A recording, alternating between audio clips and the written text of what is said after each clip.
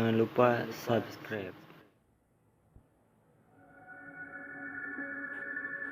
Assalamualaikum warahmatullahi wabarakatuh. Selamat malam buat kalian yang melihat atau mendengarkan video di channel ini. Seperti biasa, saya di sini akan menceritakan tentang hal seram dan misteri. Dan untuk cerita malam hari ini yaitu tuntunan dari alam kubur. Kisah mistis ini terjadi di sebuah desa terpencil di pesisiran Banten. Malam itu, suasana desa di tepi pantai Selat Sunda itu terasa begitu mencekam. Udara dingin yang menggigit sekujur tubuh membuat sosok lelaki yang bernama Haryadi meringkuk sambil memeluk sebuah guling. Dia tak pergi melaut malam ini. Dia merasa badannya kurang enak, seperti akan didera sakit. Suasana begitu sepi, senyap, tiada suara. Tiada renakan manja sang istri yang menggeluti dadanya saat memadu kasih. Tiada lagi desahan-desahan napas menggelora yang membawanya terbang ke angkasa.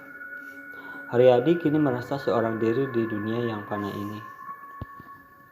Entah mengapa malam yang semakin larut membuat Haryadi semakin tersiksa oleh rasa sepi ini.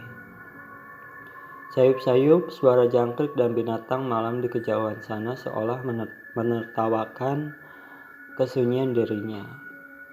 Ingin dia berteriak, mengumpat dan memaki. Tetapi kepada siapa umpatan dan makian itu harus ditujukan? Semua yang terjadi memang akibat usulnya yang edan, bahkan nyaris tak berperasaan. Dan malam ini adalah malam yang dijanjikan almarhum istrinya agar dia menemui di tanah perkuburan. Bagaimana mungkin istrinya yang telah mati beberapa hari silam itu meminta bertemu? Lelaki bertato kekar itu menerawang ke atas langit-langit gubuknya yang reot dimakan usia.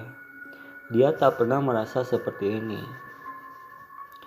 Dia tak merasa begitu tersiksa dengan masa lalunya dan tidak pernah teringat pada istrinya yang mati dengan tragis itu. Tapi malam ini benar-benar terasa lain dalam kesunyian yang nyaris sempurna. Lambat-lambat Haryadi malah seperti mendengar kembali suara istrinya. Sebelum dia memaksanya untuk melakukan perbuatan nista itu, bila anak kita ini lahir, apa yang akan inginkan dariku? Tanya istrinya. Haryadi tidak lekas menjawab. Hatinya tengah dipermainkan oleh suatu keinginan yang aneh. Sulastri, istriku, ada sesuatu yang ingin aku sampaikan padamu, katanya saat itu. Sulastri memandangi suami dengan bola mata yang penuh dengan kemurnian cinta. Dia pasrah dan begitu tulus menyayangi Haryadi, pria yang telah berhasil merebut cintanya. Dia bahkan rela meninggalkan orang-orang yang dikasihinya.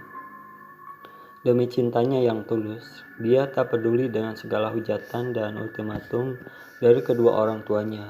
Sulastri sama sekali tak mengira bahwa lelaki yang digila-gilainya itu kelak justru akan menjatuhkan vonis kematian atas dirinya.